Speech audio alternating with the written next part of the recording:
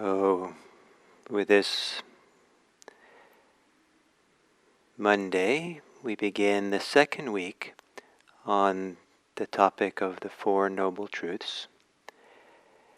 And this week, the topic is the second noble truth, the noble truth of the arising of suffering. So there's the noble truth of suffering, the noble truth of the arising of suffering, the noble truth of the cessation of suffering, and the noble truth of the practice leading to the cessation of suffering. So these Four Noble Truths are often considered to be central teachings of Buddhism, maybe even the central teachings of the Buddha. The myth or the lore of Buddhism is that the first sermon, the first teachings the Buddha gave was on the Four Noble Truths. And there's a long history in all the different schools of Buddhism to make a claim about what is the first teachings of the Buddha as being probably what's very important for that school of Buddhism. And so for Theravadan Buddhism, this Four Noble Truths is really kind of at the center of it all. And I take that with a tremendous appreciation and respect that there's this Buddhist tradition, Theravadan tradition, that has this wonderful dynamic teaching of the Four Noble Truths with which we can use as a framework to understand our life better. And one of the advantages of this framework, especially as a kind of the foundation of a whole religious tradition, is that it doesn't assume or posit or require one to believe in something that cannot be proven, cannot be seen for oneself, experienced for oneself. It's not a supernatural belief, it's not a abstract metaphysical belief that we have to believe in something, a tenet that comes down from the Buddha or from Buddhism, like this is can't be proven, but you have to believe this. This is something that we can really discover for ourselves in our experience. These are eminently practical frameworks, the Four Noble Truths, with which we can then look at our lives at the place where the Theravadan tradition says it's most essential, most simple. It's kind of like pare down to where the heart of it is.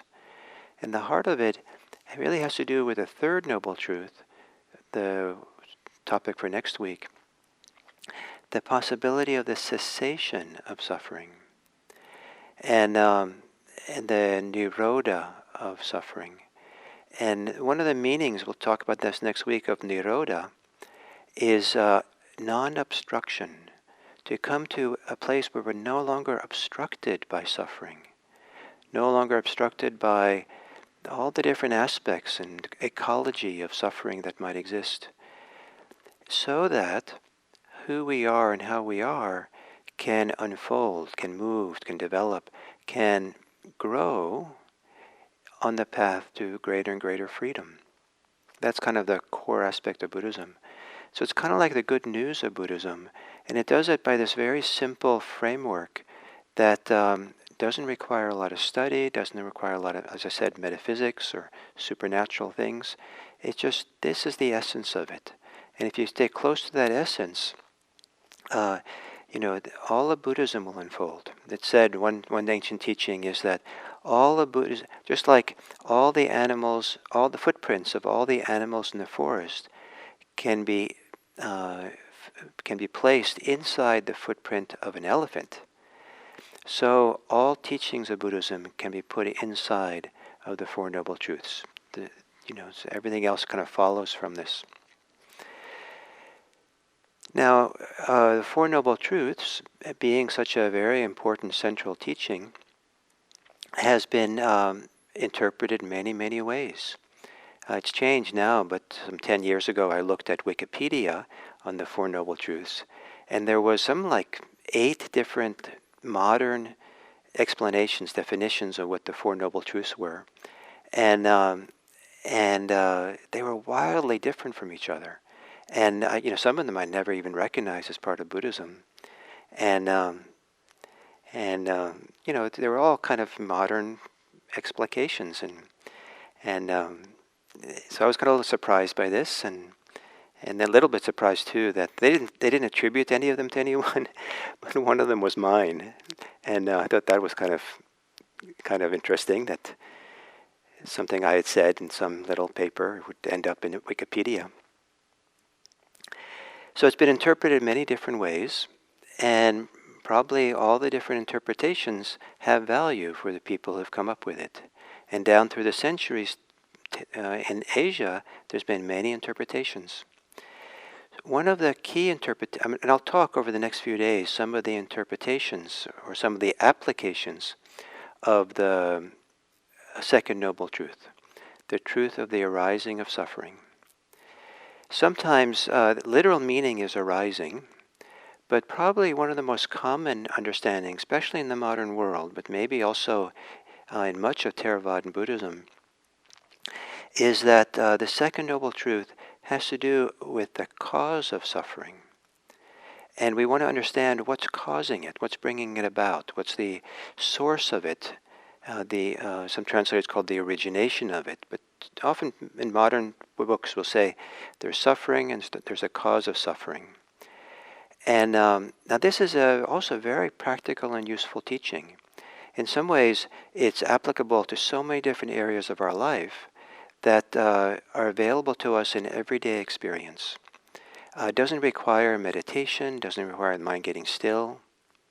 Some of the other deeper interpretations of the second noble truth really require a depth of meditative experience. But here, looking at the cause, in everyday life, you can see that we get impatient. You can ask, what's the cause of that impatient? Oh, I'm in a hurry to get somewhere. Maybe I don't have to be in a hurry. That desire to get somewhere quickly is making tension in the system. So the very question, what's the cause of this distress I'm feeling, this whatever it's going on? And that question, that just simply that question opens the field, reveals something that we can do something about sometimes. We can have a different relationship with our, the causes. We can let go of it. We can let it be. We can not pick it up. We could put it aside, so that the cause is not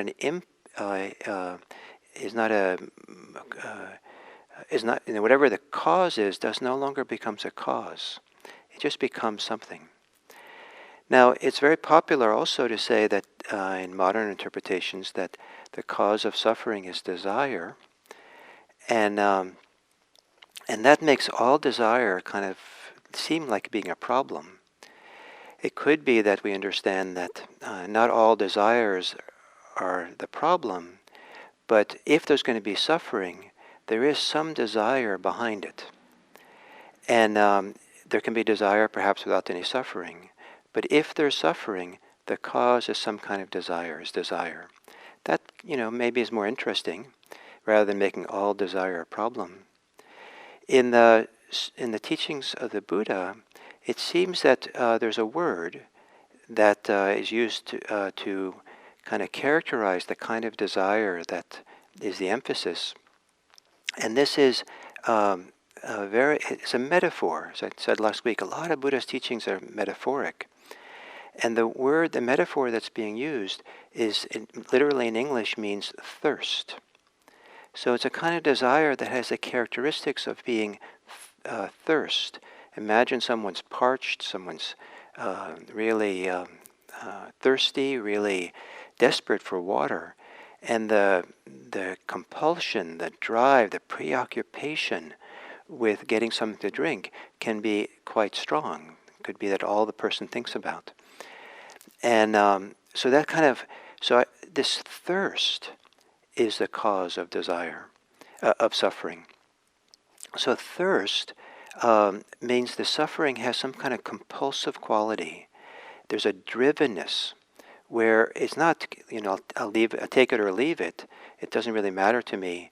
It's like I don't have any. There's sometimes a force, an addictive force, that it's almost sometimes very impossible not to give into when desires are really, really strong. This kind of addictive, compulsive kind of force of and that's part of the reason why there's suffering involved, because the desires have tension, have a loss of freedom, this kind of compulsive desire.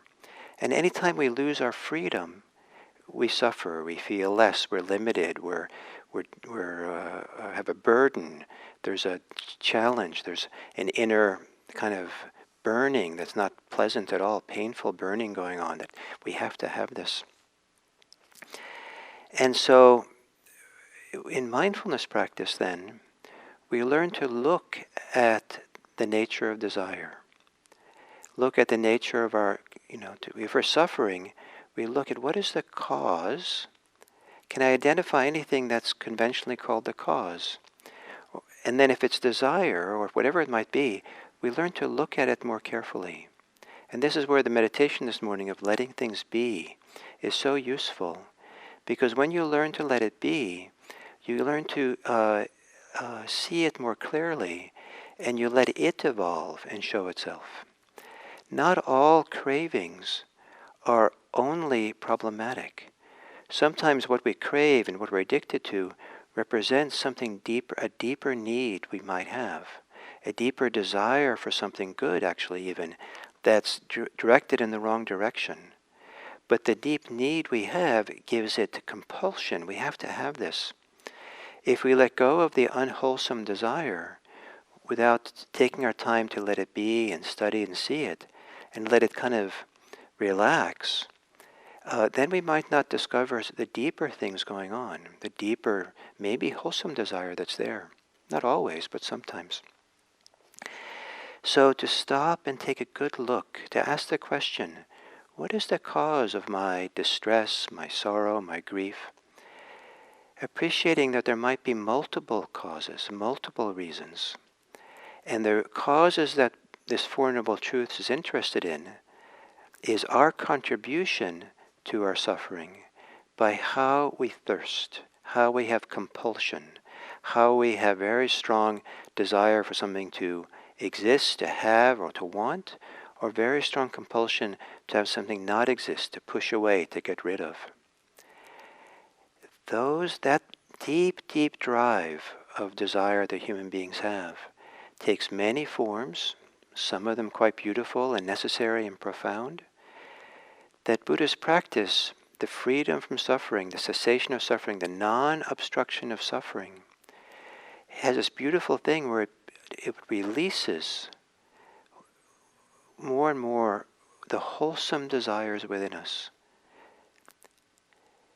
The Four Noble Truths are not an abandonment or a release of all suffering, but as we go through our lives and live our lives, it does purify our desires, so that anything which is compulsive, anything's addictive, anything that we have, any desire we have in which we lose our freedom, is shed. And it's such a beautiful thing. So the first task with the Four Noble Truths is to just carry with us the question, as we recognize our suffering, recognize our stress and distress that we might experience, to ask ourselves, what am I contributing to this suffering? What is my contribution? There might be other people who conventionally can be said are the cause of your suffering. But the place where you can have the most impact, not to ignore that, but the place of Buddhist practice is to ask, what is my contribution to it? And then to take a good look at that and hold it in awareness and understand it deeply, and in doing so, find your freedom. So, tomorrow we'll continue with other meanings of the Second Noble Truth. Thank you.